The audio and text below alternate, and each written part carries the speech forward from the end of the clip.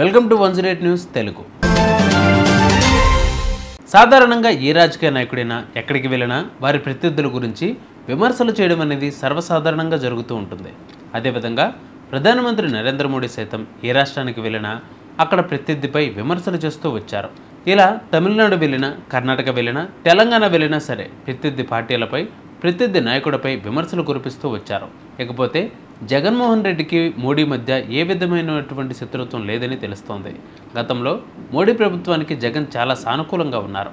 జగన్తో పోటీకి సై అంటే ఆయన ఎంత దూరమైనా వెళ్తారని, అందుకే మోడీ జగన్తో చాలా సాన్నిహితంగా ఉంటారని 2019 సమయంలో ప్రధాని రెండవసారి మోడీ అయిన తర్వాత కూడా ఏపీకి వచ్చిన సమయంలో చంద్రబాబు గురించి విమర్శలు చేశారు. కానీ ఇప్పుడు మాత్రం और मैं कह सकता हूं जैसा बाबू ने 3 साल में अमरावती के निर्माण का जो सपना देखा है, इसका मतलब ये 3 साल की सिर्फ अमरावती की गतिविधि आंध्र प्रदेश के जीडीपी को कहां से कहां पहुंचा देगी, ये मैं साफ देख रहा हूं.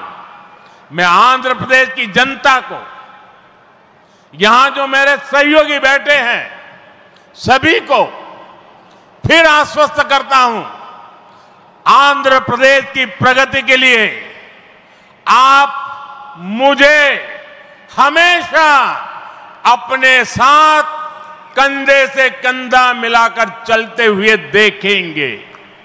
एक बार फिर आप सभी को बहुत बहुत शुभकामनाएं. मी अंदरी आशीर्वादमुतो ఈ కుటుంబీ ఆంధ్రప్రదేశ్ అభివృద్ధికి కట్టుబడి ఉన్నది.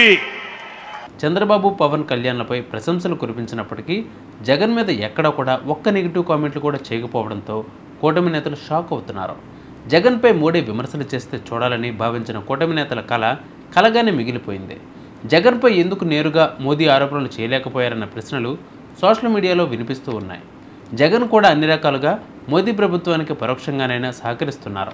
ఈ సమయంలో జగన్పై విమర్శలు చేయకుండానే తన ప్రసంగాన్ని ముగించి ప్రధాని వెళ్ళిపోయారన్న కామెంట్స్ సోషల్ మీడియాలో వినిపిస్తూ ఉన్నాయి. కానీ కూటమి నేతలు మాత్రం వారిని వారు సంతృప్తి పరుచుకోవడానికి జగన్ను మోడీ పెద్దగా పట్టించుకోలేదని, అందుకే ఆయన గురించి ఎక్కడా మాట్లాడడం లేదని వారికి వారు సర్ది చెప్పుకుంటూ ఉన్నారు.